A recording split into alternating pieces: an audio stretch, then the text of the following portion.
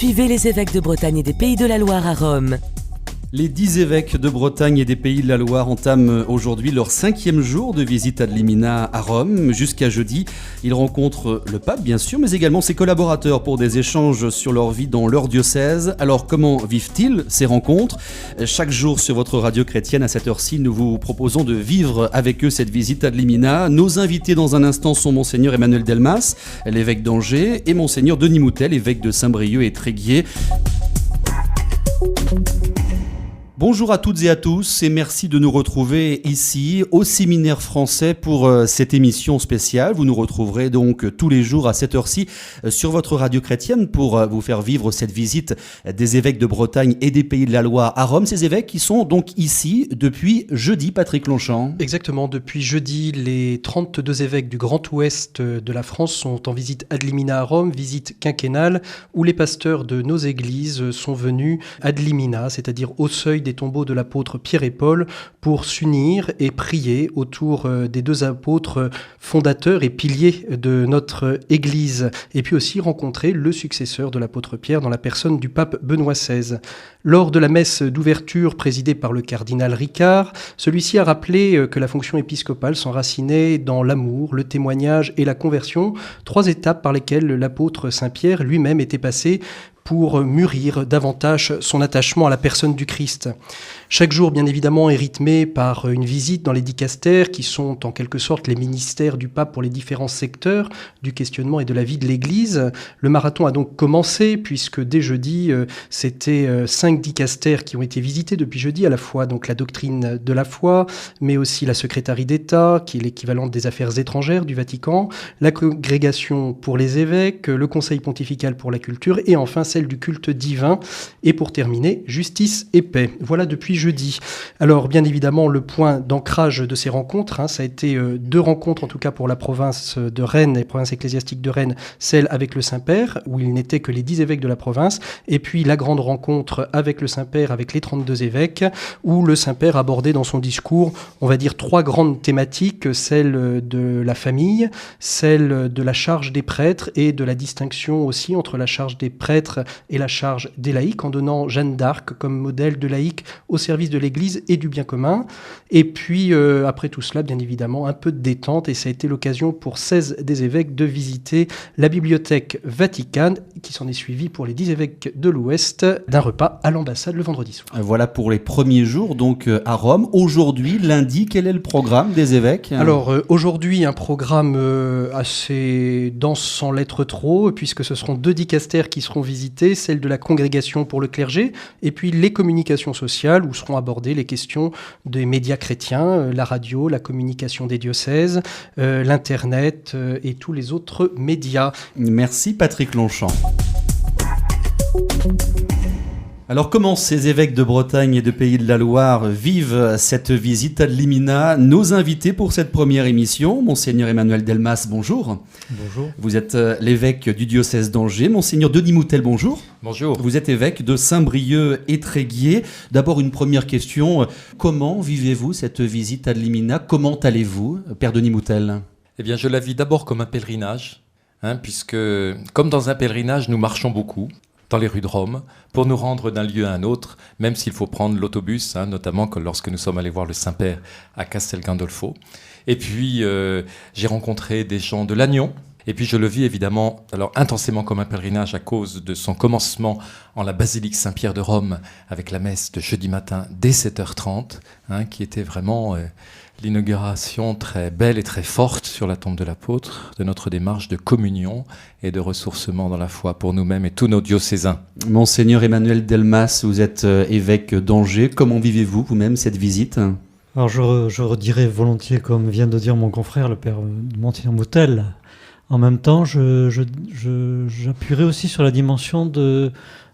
Je rencontre une famille qui est la famille à laquelle j'appartiens, l'Église, et je rencontre des serviteurs de l'Église qui travaillent dans une autre ville, dans d'autres lieux, dans d'autres services, mais je sens que nous sommes vraiment de la même maison, de la même la même famille et nous échangeons avec beaucoup de simplicité les uns et les autres sur notre travail, notre ministère. Monseigneur Delmas, Monseigneur Moutel, vous allez être interrogé également par Sophie Noailles qui est avec nous ici dans ce séminaire pontifical français, il faut bien le dire. On aura l'occasion d'y revenir également sur ce lieu. Sophie Noailles.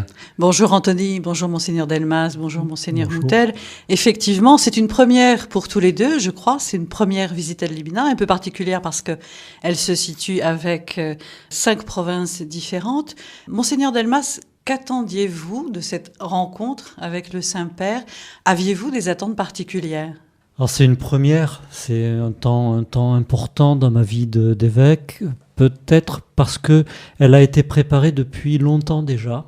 Nous l'attendions, nous en entendions parler, nous ne savions pas tout de suite quand elle aurait exactement lieu.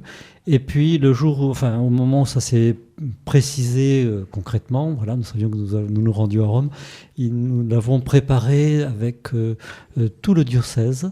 Et un travail de préparation intensif et qui finalement n'a fait que nous mettre l'eau à la bouche, si j'ose dire, pour vivre cette rencontre de façon plus intense et plus agréable et plus belle. Monseigneur Denis Moutel, lorsque l'on est un évêque, est-ce que c'est comme un salarié qui rencontre son patron lorsqu'il rencontre le Saint-Père ? Alors non, pas du tout. J'imagine qu'il y a, ceci dit, des rencontres entre salariés et patrons qui peuvent être tout à fait excellentes, donc c'est pas un problème de le voir comme ça. Mais c'est pas de cet ordre-là, puisque c'est un père et un frère. Et de cette visite, j'attendais un frère dans l'épiscopat, un père vicaire du Christ. De cette visite, j'attends et je le trouve un fort encouragement pour notre mission d'évêque d'annoncer l'Évangile. D'annoncer l'Évangile dans un contexte de forte sécularisation, c'est-à-dire de séparation de la société dans son ensemble par rapport à la foi. Et je sens que nos différentes rencontres, y compris celle avec le Saint-Père, est une sorte de conversation, de dialogue, ce qui pourra peut-être surprendre les gens, mais on pourra en dire un peu plus si vous voulez, où nous pouvons parler, nous écoutons, nous échangeons sur des questions profondes qui sont celles de l'Église et de la société aujourd'hui en France. Comment qualifieriez-vous le climat dans lequel s'est déroulée cette rencontre ? Vous l'avez trouvé comment, le Saint-Père ? Je qualifierais le climat de cette rencontre comme, avec les mots peut-être de simplicité et de profondeur. Alors c'est peut-être paradoxal d'évoquer la simplicité parce qu'on passe évidemment dans des lieux qui sont relativement, plus que relativement d'ailleurs, assez prestigieux et beaux si vous voulez, ce qui n'est pas le cas de tous les services du Vatican parce que le Vatican n'a pas des moyens, contrairement à ce qu'on pense, extrêmement forts. Mais bon, simplicité du climat, de l'échange vraiment fraternel et engagé avec le Saint-Père, profondeur du point de vue, fondé assez immédiatement sur la vie spirituelle du pape et sur la nôtre et sur celle de tous les fidèles dans l'Église, sur leur attachement au Christ. Alors vendredi dernier, il y a eu ce discours général donc aux 32 évêques des 5 provinces réunis ici à Rome en visite ad limina, un discours qui s'ancre résolument dans Vatican II, dont nous allons célébrer l'anniversaire. Vatican II, avec les points importants du prêtre, de la place du laïc, de la mission de l'Église.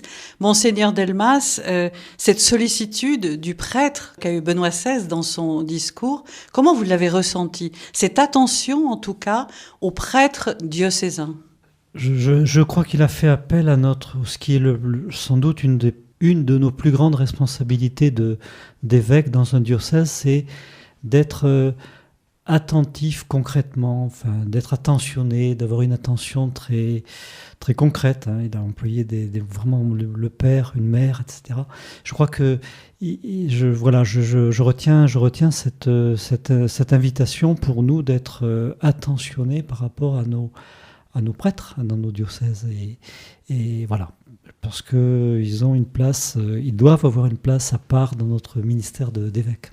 Monseigneur Moutel, Benoît XVI a également parlé peut-être d'un danger qui guette les diocèses, en tout cas, dans leur restructuration, entre guillemets, en parlant d'une sorte de bureaucratisation de la pastorale, peut-être quelque chose à éviter, en tout cas une attention particulière de l'évêque pour son diocèse, pour remettre au centre, bien sûr, la mission de l'Évangile, la mission du Christ.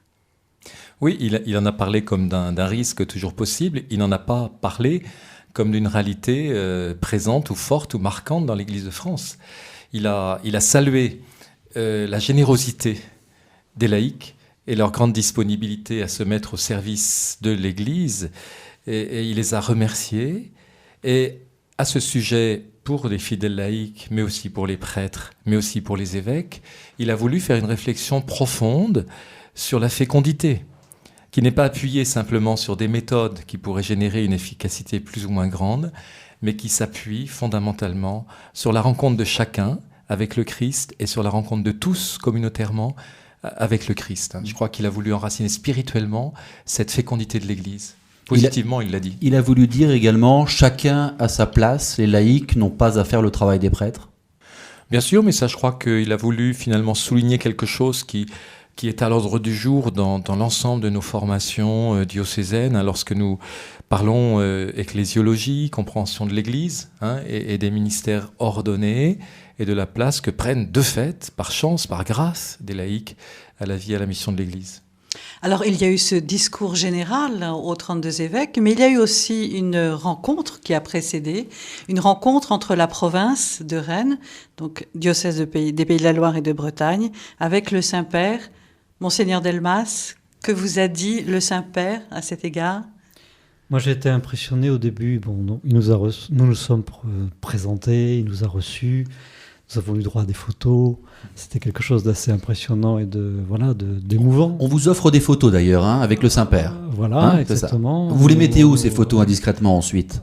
Ensuite, sur le bureau, on garde dans nos bureaux, dans nos affaires, pour un beau souvenir, je crois, quand même, pour nous. Et après, donc, il s'est assis et nous étions assis vraiment à ses côtés, on l'entourait. Et je me souviendrai toujours de cette phrase qu'il nous a dite. Il nous a dit, voilà, vous êtes là avec moi, j'ai envie de vous entendre et de vous écouter, posez-moi les questions que vous souhaitez me poser et j'y répondrai. Et c'est ce qu'il a fait. Je crois que c'était très beau. Monseigneur Moutel, avez-vous posé une question à Benoît XVI ? Oui, j'ai moi-même posé une question parce que j'étais, au nom de mes frères évêques, j'étais délégué. Vous parliez tout à l'heure du climat, du contexte.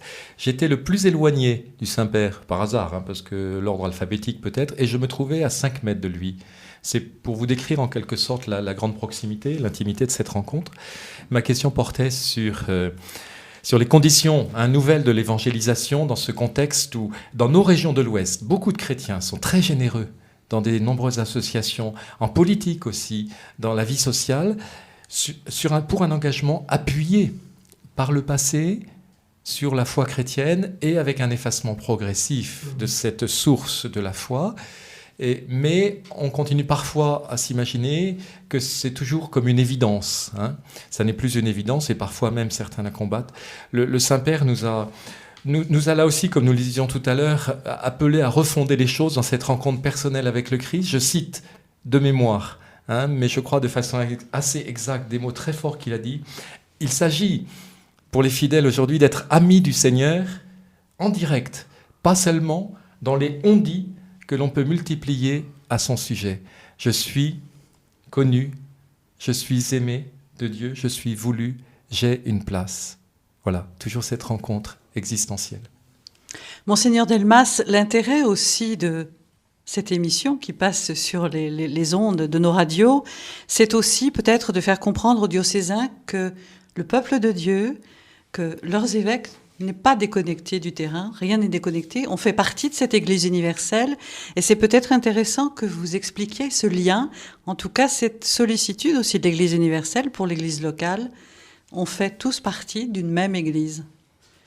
Nous faisons tous partie d'une même Église et j'ai adressé une lettre qui a été lue dimanche dernier donc dans les églises du diocèse pour confier cette intention importante de ma visite à Limina. Je rencontre, voilà, je crois que ces 10 jours de visite sont importants et j'ai voulu confier cette visite à la prière de tous mes diocésains. Et je sais en retour que je prie pour eux, je suis vraiment en communion de prière avec eux en ce moment, de façon peut-être plus forte encore qu'à l'accoutumée de par cet événement quand même très unique que nous vivons tous en ce moment. Merci à vous deux d'avoir été nos invités, Monseigneur Emmanuel Delmas, évêque d'Angers, Monseigneur Denis Moutel, évêque de Saint-Brieuc et Tréguier.